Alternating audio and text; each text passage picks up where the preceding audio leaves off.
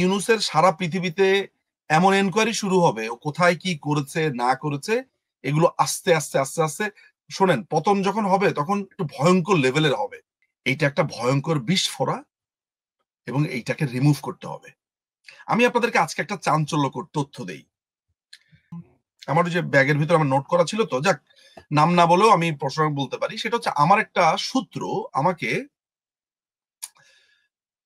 হঠাৎ করে ফোন করে, এবং আমি আসলে আননোন মানুষের ফোন এগুলো আমি সাধারণত রিসিভ করি না যদি আমার স্ট্রং রেফারেন্স না থাকে।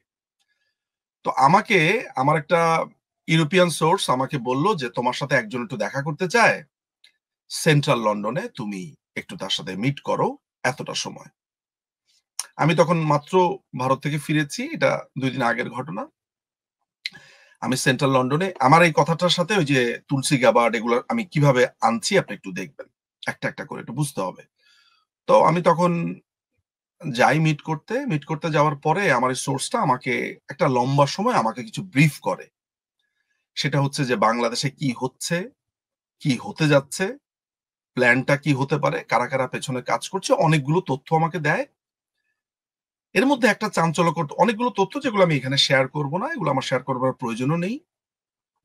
একটা তথ্য আমি যেটা পাবলিক করব সেটা হচ্ছে ইউক্রেনে যে অস্ত্রগুলো সাপ্লাই দেওয়া হয়েছিল ওই সময়টাতে তার একটা বড় অংশ আমি ঠিক বলবো না, একটা অংশ প্রায় 10,000-এর মতো অস্ত্র, কালাশনিকভ, অটোমেটিক কিছু রাইফেল, AK-47, এগুলো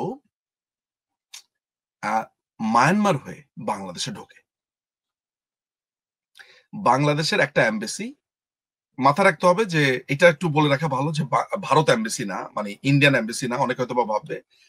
ইন্ডিয়া ছাড়া বাংলাদেশের আরেকটা এমবেসি আমার একটা সোর্সকে এই ব্যাপারে পরিষ্কারভাবে জানিয়ে দেয়। এই এই অস্ত্রটা ঢোকে হচ্ছে আফটার দ্য ইলেকশন। কেমন এই তথ্যটা তারা পায় এবং নিশ্চিতভাবে আফটার দ্য বলে ইলেকশন যে মানে 2024-এর যে ইলেকশন, 2024-এর যে ইলেকশন, সেই ইলেকশনের পরে বাংলাদেশে এই অস্ত্রগুলো ঢুকতে থাকে। আপনি কিন্তু একটু খেয়াল রাখবেন, মাথা রাখবেন যে ইউক্রেনে আসা অস্ত্র বাংলাদেশে ঢুকেছে ব্ল্যাক মিয়ানমার মার্কেট হয়ে। দিয়ে এসে বাংলাদেশে ইলেকশনের পরে ঢুকেছে। আমি কিন্তু হেজিপেজি টাইপের লোকের কথা এখানে রেফার করছি না। ডিপ্লোম্যাট যার সাথে আমার দেখা হয়েছে, যার সাথে আমার লন্ডনে দেখা হয়েছে, তিনিও একজন ডিপ্লোম্যাট, অত্যন্ত আমি মনে করি সিগনিফিকেন্ট, এবং আমার সাথে দীর্ঘ আলাপ হয়েছে, কথাবার্তা হয়েছে। তো আমাকে তখন বলেছে যে আমরা কিন্তু এটা তখন আমাদের যে সোর্স আছে বাংলাদেশে তাকে আমরা জানিয়েছি। তিনি আমাকে নাম ঠিকানা সহ তিনি আমাকে বলেছেন। এর মধ্যে আরেকটা ব্যাপার, সেটা হচ্ছে বলে রাখা ভালো যে পাকিস্তান একটা লম্বা সময় ধরে বাংলাদেশের বিভিন্ন প্রকিউরমেন্টে তারা টেন্ডার সাবমিট করত। এই যে আপনি পাকিস্তানের লাফালাফি গুলো দেখেন না, পাকিস্তান বাংলাদেশে অস্ত্র বেচার জন্য বেশ কিছু টেন্ডার দাখিল করেছিল, যেটা আমার কাছে আছে এই মুহূর্তে। আমি অনেক কিছু ডকুমেন্টস গুলো পেয়েছি, একটার সাথে আরেকটা রিলেটেড। তো ইউরোপ থেকে অস্ত্র এমন না যে এগুলা কিন্তু গোনা অস্ত্র, একটা অস্ত্র আপনার 10,000 অস্ত্র বাংলাদেশে চলে আসবে আর ইউরোপিয়ান ইউনিয়ন ব্ল্যাক মার্কেট দিয়ে সেটা চলে আসবে আর আমরা জানবো না, বা ইউরোপিয়ান ইউনিয়নের নেতারা জানবে না, তাদের গোয়েন্দারা জানবে না, এমন হতে পারে না। ফলে এই কথাটা আপনাকে আমি কেন বললাম, মানে পরবর্তী সময় বাংলাদেশ সরকার কি পদক্ষেপ নিয়েছে সেই আলোচনাতে আমি আপনার সাথে এখানে যাচ্ছি না, সেটা আলাদা বিবেচনা। বাংলাদেশ সরকার সেটা কিভাবে দেখেছে, কিভাবে ঠেকানোর চেষ্টা করেছে, এটা আরেকটা লম্বা হিস্টোরি। চেষ্টা করেছে, পেরেছেও। তখনকার সরকার কি জানতো? তখনকার সরকারের কাছে এই খবরটা গিয়েছিল, সরকার এটার জন্য সিরিয়াসলি মুভ করেছে। আর এরপরে কি হয়েছে সেটা নিয়ে আমি আলোচনাটাতে যাব না, আসলে নানান কারণে আমি যাব না, স্ট্র্যাটেজি কারণে আমি যাব না। কিন্তু এখানকার একটা বড় অস্ত্র এই 5ই অগাস্টে ব্যবহার করা হয়েছে, এটা জেনে রাখা ভালো। কেমন ওই অস্ত্র চালানটা কিভাবে স্টপ করা হয়েছিল মিয়ানমার থেকে, মিয়ানমারের যে এই যে রাখাইনের যারা আছে তাদের তাদের কারা কারা সেখানে জড়িত ছিল, মোটামুটি আমার একটা সিনোপসিস আমার কাছে আছে। আচ্ছা, কিন্তু আমি যে প্রসঙ্গটাতে এই সোর্সের কথাটা আপনাকে আমি বললাম, জেলেনস্কিকে এইভাবে ভরা রাস্তাতে অপমান করবার পর ইউরোপিয়ান ইউনিয়ন কিন্তু পরিষ্কারভাবে ইউক্রেনের সাথে দাঁড়িয়ে গেছে। জি, অর্থাৎ এইটা পরিষ্কার যে আমেরিকান এই নীতির সাথে ইউরোপিয়ান ইউনিয়ন নাই, এবং নাই। ইউরোপিয়ান ইউনিয়ন ইউক্রেনের ঘাড়ে ভর দিয়ে একটা যুদ্ধ লাগাতে চায়। এই গোষ্ঠীটাই, এই সেম গোষ্ঠীটাই একটা স্ট্র্যাটেজিক্যাল কারণে ইন্ডিয়ার যে স্ট্যান্ডটা ছিল বা রাশিয়ার যে স্ট্যান্ডটা ছিল বাংলাদেশের ব্যাপারে, এই দুটা স্ট্যান্ড তারা অপোজ করেছিল। এই কারণে অপোজ করেছিল যে বাংলাদেশ সরকার আহ, বাংলাদেশ সরকার একটা মানে এই ইউক্রেন যুদ্ধ বা এগুলো নিয়ে বাংলাদেশ সরকারের একটা ভূমিকা ছিল। তারা আসলে যুদ্ধ না, যদিও বাংলাদেশ সরকার is not a part of war, ওইখানে সিগনিফিকেন্ট কোনো ভূমিকার জায়গাতে না, কিন্তু ইউরোপিয়ান ইউনিয়ন কোনো না কোনো কারণে গভর্নমেন্ট পরিবর্তনের জন্য মেকানিজম শুরু করে দিয়েছিল। এবং তাদের একটা বড় রকমের শত্রু, মানে যাদেরকে অপছন্দ করে, টার্কি, এই টার্কিকেও তারা এই লিগে নিয়েছিল এই ঘটনাতে। এবং Turkey was a part of a plan, টার্কির পার্ট অফ এ প্ল্যান। এবং এই ইউরোপিয়ান ইউনিয়নের সাথে ভালো সম্পর্কের কারণে সাম্প্রতিক সময় আপনি দুইটা ঘটনা আপনার সামনে আপনি দেখেছেন। একটা হচ্ছে যেটা ইউনুসের পক্ষে গেছে, একটা হচ্ছে ভলকার ট্যুরকে দিয়ে একটা ফরমাইশি রিপোর্ট লেখানো, আরেকটা হচ্ছে অ্যান্টোনিও, নাম কি লাস্ট নেম কি, গুন্টারেস মনে হয় নাকি, Antonio Guterres, Guterres, Antonio Guterres. Antonio Guterres, এই গুতারেসকে তারা বাংলাদেশে এনেছে। এই ভ্রমণটার লক্ষ্য ছিল যে বাংলাদেশের সিচুয়েশন স্টেবল আছে, জাতিসংঘ বাংলাদেশে এসেছে, ফলে সরকার এক ধরনের বৈধতা পেয়েছে, এই সরকার ইজ ওকে, রোহিঙ্গাদের ব্যাপারে খুবই ভালো পদক্ষেপ নেওয়া হচ্ছে। এইটা একটা আমি যে বারবার বলেছি, লামিয়া মোর্শেদ একটা টানা চেষ্টা করে নানান ধরনের যোগাযোগের মাধ্যমে এইটা আনতে সক্ষম হয়েছে। এবং এই ভ্রমণটা তাকে একটা লিগালিটি দেওয়ার চেষ্টা করা হয়েছে যে সে শক্তিশালী আছে অনেকটা, আমেরিকাকে দেখিয়ে দেওয়ার জন্য। বুঝতে পারছেন? হুম, হুম, এটা আমেরিকার প্রতি এই যে আমি এগুলো কথাবার্তা বলছি না, অনেকে আমাদের যারা নেতাকর্মীরা আছে বা আমাদের যারা সমর্থকরা আছে, তারা কিন্তু উন্মুখ হয়ে আছে আমি কখন বলবো যে প্রধানমন্ত্রী কবে দেশে ঢুকবে, তিনি কয় তারিখে দেশে ঢুকবে, মানে উনারা আসলে কথা শুনতে চান। একেবারে আমি যদি বলি যে ভাই ঈদের পরে এত তারিখে ঢুকবে, ওনারা এটা শুনতে চান। কিন্তু আমি আমি এটাও আমি তাদেরকে আন্ডারএস্টিমেট করি না, আমি এটাও মনে করি যে যারা আমাদের নেতাকর্মীরা আছে, জয় বাংলা, জয় বাংলা নেতাকর্মী, বাংলাদেশের মুক্ত বুদ্ধির কিন্তু বিভিন্ন ভাগ আছে। একটা হচ্ছে সরাসরি আওয়ামী লীগ রাজনীতি করে, আওয়ামী লীগের কর্মী, এরকম একটা অংশ আছে। আরেকটা অংশ আছে মুক্তিযুদ্ধ মুক্তি বুদ্ধির, তারা যে নট নেসারালি আওয়ামী লীগকে সবসময় মানে সাপোর্ট দিয়েছে এরকম না, কিন্তু তারা মুক্তিযুদ্ধের পক্ষে। আর ইয়েস, আরেকটা অংশ ইয়েস। আছে যে যারা লাল বাহিনী হয়েছিল, এখন আবার ঠিক জায়গাতে ব্যাক ইতিহাসের করছে। সঠিক রাস্তাতে চলে এসছে। তো সবাই এটা আমার কাছে চায়, কিন্তু তাদের একটা বোঝার ব্যাপার আছে। আমি একটু হিন্টস দেই, তাহলে অনেকে বুঝবে। ধরা যাক ইসমাইল ভাইকে আমি কানাডা চেম্বার অফ কমার্সের চেয়ারম্যান বানাবো, আমার সেই ক্ষমতা আছে, ঠিক আছে? এখন আমি আমি চাইলে যেটা করতে পারি সেটা হচ্ছে এমন, এই চেম্বার অফ কমার্সের অমুক ওইটা, এই ওরে ইলেকশনে ওরে এতগুলা ভোট, মানে আমি কিন্তু এই পদ্ধতিতে এই কাজটা করতে পারি। কিন্তু আমি যেহেতু একজন পরিচিত মানুষ, আমার সমাজে একটা অবস্থান আছে, এটা একটা রেকর্ডে থেকে যাবে। ফলে আমি যেটা করেছি, আমি খন্দকার ইসমাইল ভাইয়ের আশেপাশের অনেকগুলো এলাকা রেকি করে আমি একটা করে ওই জায়গাগুলো এমন ভাবে করেছি যেন অ্যাপারেন্টলি পুরো ব্যাপারটা যে উনি ওই জায়গাতেই বসবেন, কিন্তু ফর্মালি সবকিছু হয়েছে। ঠিক থাকে।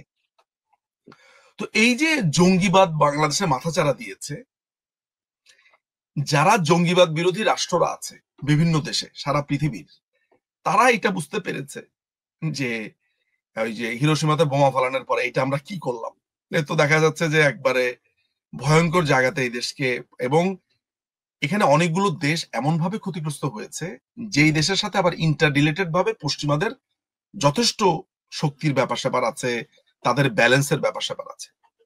ফলে আমি কি তাহলে এটা বোঝানোর চেষ্টা করলাম যে আহ মাননীয় প্রধানমন্ত্রীকে এইভাবে দেশে আনা বা এইভাবে আবার বাংলাদেশ আওয়ামী লীগ, না, ব্যাপারটা হচ্ছে খুবই ন্যাচারাল ওয়েতেই হবে। কিন্তু সাধারণ মানুষ যেভাবে ভাবে কাজটা ওইভাবে হয় না আসলে। পরিষ্কার ভাবে আমেরিকার তুলসী গ্যাবার্ড যা বলার বলে দিয়েছে। আপনি বাংলাদেশের ইতিহাসে যেই রাষ্ট্রটিকে তলাবিহীন ঝুড়ি বলেছিল কিসিঞ্জার, আজকে তাদের প্রধান একজন নিরাপত্তার প্রধান, গোয়েন্দা প্রধান, তিনি আজকে এসে ইন্টারভিউর ভিতরে একটা বড় অংশ বাংলাদেশকে নিয়ে বলছেন, এবং তিনি যা বলেছেন এটা হচ্ছে এমন যে বাংলাদেশ জঙ্গিবাদের দিকে প্রবলভাবে ধাবিত হয়েছে। আর কিছু যারা বুদ্ধিমান তারা বুঝে ফেলবে আমেরিকার অবস্থানটা কি।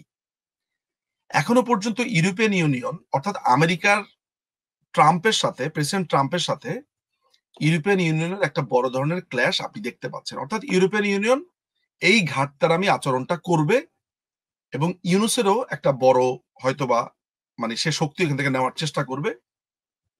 কিন্তু ইভেন্চুয়ালি সোভিয়েত, তারপরে ইন্দো অ্যান্ড মার্কিন, এই তিনটা শক্তি কিন্তু এখন খুবই একসাথে একই বলয়ে আছে।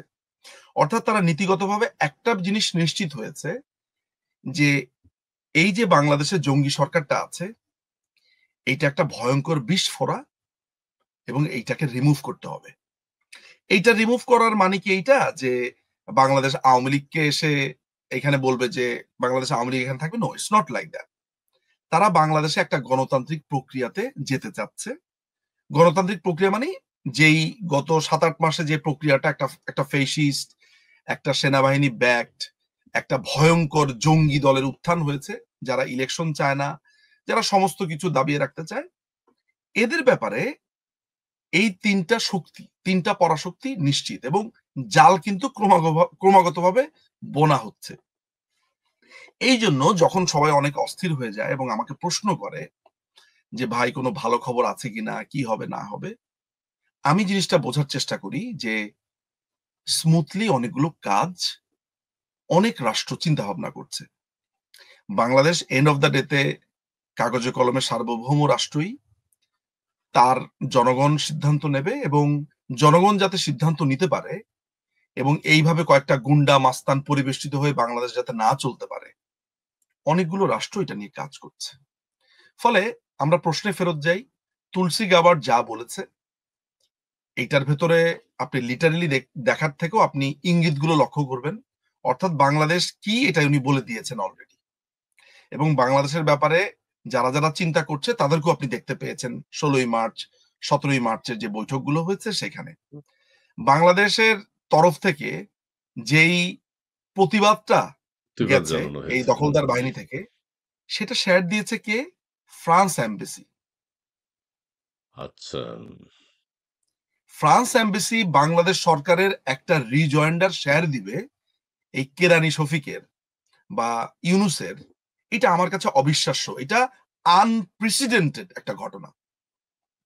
অন্তত পক্ষে আমার এই বয়সে এসে বাংলাদেশ কেন্দ্রিক ডিপ্লোম্যাসি আমি এখন পর্যন্ত যা দেখেছি, এইটা আমার কাছে খুবই আনপ্রেসিডেন্টেড।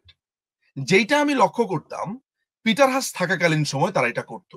আপনি মানে অপরাধী তার পায়ের চিহ্ন ফেলে যায়, এই ঘটনাটা না ঘটালে কিন্তু আপনি অনেক কিছু যোগ বিয়োগ করতে আপনার একটু কঠিন হতো। ফলে আমি আমার কথার সামারিটা হচ্ছে এমন যে মার্কিনীরা এই সরকার থাকবে না, এই ইউনুস গভর্নমেন্ট থাকবে না, একে উপড়ে ফেলা হবে। এবং ইউনুসের সারা পৃথিবীতে এমন এনকোয়ারি শুরু হবে ও কোথায় কি করেছে না করেছে, এগুলো আস্তে আস্তে আস্তে আস্তে শোনেন, পতন যখন হবে তখন একটু ভয়ঙ্কর লেভেলের হবে।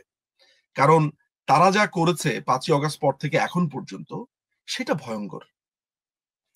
আপনি জানেন যে ডিপ্লোম্যাটটার সাথে আমি এই যে সেন্ট্রাল লন্ডনের মিটিংটার কথা বলেছি, উনার কিন্তু বাংলাদেশের, ধরেন বাংলাদেশে কি হলো না হলো সেটা তাদের অন্য জায়গাতে কনসার্নের ব্যাপার, মৌলবাদের দিক থেকে ইন্টারেস্টের জায়গা, কিন্তু বঙ্গবন্ধুর বাড়ি অ্যাটাক করা, মুক্তিযুদ্ধকে অ্যাটাক করা, এগুলো উনার আসার কথা ছিল না। কিন্তু আমি তাকে দেখলাম যে that man was so sorry. এগুলো দেখে সে বলেছে যে এই বাড়িতে আমি নিজে গেছি, এই বাড়িতে আমার সিগনেচারও আছে ওই খাতার মধ্যে, এবং এটা একটা ভয়ঙ্কর ব্যাপার যে তোমাদের দেশে বলে যে পলিটিক্যাল ক্ল্যাশ হতে পারে, পলিটিক্যাল ক্ল্যাশ হবে, কিন্তু তোমাদের দেশে একটা অদ্ভুত ব্যাপার হচ্ছে মানে একটা অংশ এই ইতিহাসকেও রেসপেক্ট করে না, তারা কাউকেই রেসপেক্ট করে না, অর্থাৎ তাদের অনুসরণীয় কোনো ব্যক্তিত্ব নাই। এই জন্য তারা আইডেন্টিটি লেস, আইডেন্টিটি ক্রাইসিসে ভোগে। আমি একটা লম্বা আলোচনা করেছি, আমার ধারণা যারা বোঝার তারা বুঝবে। এক ভদ্রলোক আপনার লিখেছেন জর্জ সরোজ সবকিছু করছে। Hmm, hmm, hmm. He is right. যে ভদ্রলোক লিখছেন তাহাজুল ইসলাম, তিনি হুম, সঠিক হুম। কথা লিখেছে। জর্জ সরোসের ছেলে এই যে অ্যালেক্স সরোস, এই লোকটি একটা হিউজ পরিমাণ ফান্ডিং এখানে করেছে। এখানে মাথায় রাখতে হবে একক ব্যক্তি এখানে জড়িত না। এবং আমার সোর্স আমাকে পরিষ্কারভাবে একটা কথা বলেছে, সেটা হচ্ছে ২০২৩ সালের এপ্রিলের পরে মাহফুজ, আসিফ, নাহিদ এই ৩ জন দোহাতে যায়। দোহা থেকে তারা মুভ করে হচ্ছে পাকিস্তানের করাচিতে। এবং আমাকে আরেকটা তথ্য দিয়েছে, যেটা আমি ফার্দার এনকোয়ারি করছি বলে আসলে আমি এটা নিয়ে লেখালেখি করিনি। তার দাবি মতে আজমি যে আছে, এই যে গোলাম আজমের ছেলে আজমি, আজমি কিন্তু পুরোটা সময় যে বলা হচ্ছে যে সে বন্দী ছিল, এইটা উনি আমার কাছে ডিনাই করেন। উনি বলে যে no, it's not true. Azmi একটা লম্বা সময় বাইরে ছিল, একটা সময় সে করাচিতে ছিল। তার কিছু আমাকে শেষ কিছু সোর্স কিছু ইনফরমেশন দিয়েছে, আমি এটা ভেরিফাই করছি। ওইটা নিয়ে আমি কথাবার্তা এখন বলবো না। তো আমি এখন যতটুকু বলেছি ধরে নিতে হবে এটা একটা ইনফরমেশনই, আমি ফর্মালি কিছু বলিনি। কিন্তু তবে এখানে আমি একটা একটা জিনিস কথা বলি শুধু আজমি সম্পর্কে, ব্রিগেডিয়ার আজমি সম্পর্কে। যে কর্নেল হাসিন আছেন, তিনি বলেছেন যে ওই যে আয়নাঘর যখন উদ্বোধন হলো, তখন তিনি হাসিন সাহেব বলেছেন যে আজমি সাহেব তো বিরিয়ানি খেয়েছেন বা কিছু একটা খেয়েছেন। উনি সবসময় সবসময় বলছে উনি নাকি? এসি রুমে ছিলেন, এসি রুমে ছিলেন। এইটা আচ্ছা, কিভাবে হলো? তার মানে ঘটনা একটু জটিল সম্ভবত। আজমি সাহেব বিরিয়ানি খেয়েছেন, কাচ্চি খেয়েছেন বা কিছু একটা, মাঝে মধ্যেই কাচ্চি খেতেন, আর এসি রুমে তিনি ছিলেন। তিনি আয়নাঘরের কি বুঝবেন? এইটা এইটা এইটা নিশ্চিত থাকা যেতে পারে যে তার যে এই কান্না, তার যে ফেক কান্না, এগুলো কোনোটাই সত্যি না। আর হাসিনের ব্যাপারেও আসছি আমি। হাসিনের ব্যাপারেও আসলে দর্শকদের একটু জানা প্রয়োজন। বাট তার আগে এইটা ক্লিয়ার করে নেওয়া উচিত যে এই জায়গাটাতে, এবং এই যে আমরা শুনেছি যে এলজিবিটি যারা আছে, এলজিবিটি তাদেরকে নানানভাবে ফান্ডিং করা হয়েছে। দেখুন, আহ, মানে আপনাকে একটা জিনিস বুঝতে হবে, বাংলাদেশ আওয়ামী লীগের শাসন আমলে মুক্তবুদ্ধি, মুক্তিযুদ্ধ, প্রগতিশীলতার একটা চর্চা ছিল। আমি ব্যক্তিগতভাবে সবসময় মনে করতাম যে একজন ট্রান্সজেন্ডার বলেন, একজন ভিন্ন সেক্সুয়াল ওরিয়েন্টেশনের ব্যক্তি বলেন না কেন, এগুলোকে আমি ব্যক্তিগতভাবে একটু আম দেখার চেষ্টা করতাম এইভাবে, মানবিকভাবে, যে স্বাভাবিক আমরা, যদিও ওইটাও স্বাভাবিক। একজন মানুষ যদি মানে ভিন্ন সেক্সুয়াল ওরিয়েন্টেশনের হয়, পশ্চিমা দেশে ওইটাই স্বাভাবিক। আমরাই বরঞ্চ ওটাকে অস্বাভাবিক মনে করি। আমি দেখার চেষ্টা করতাম পশ্চিমের চোখ দিয়ে।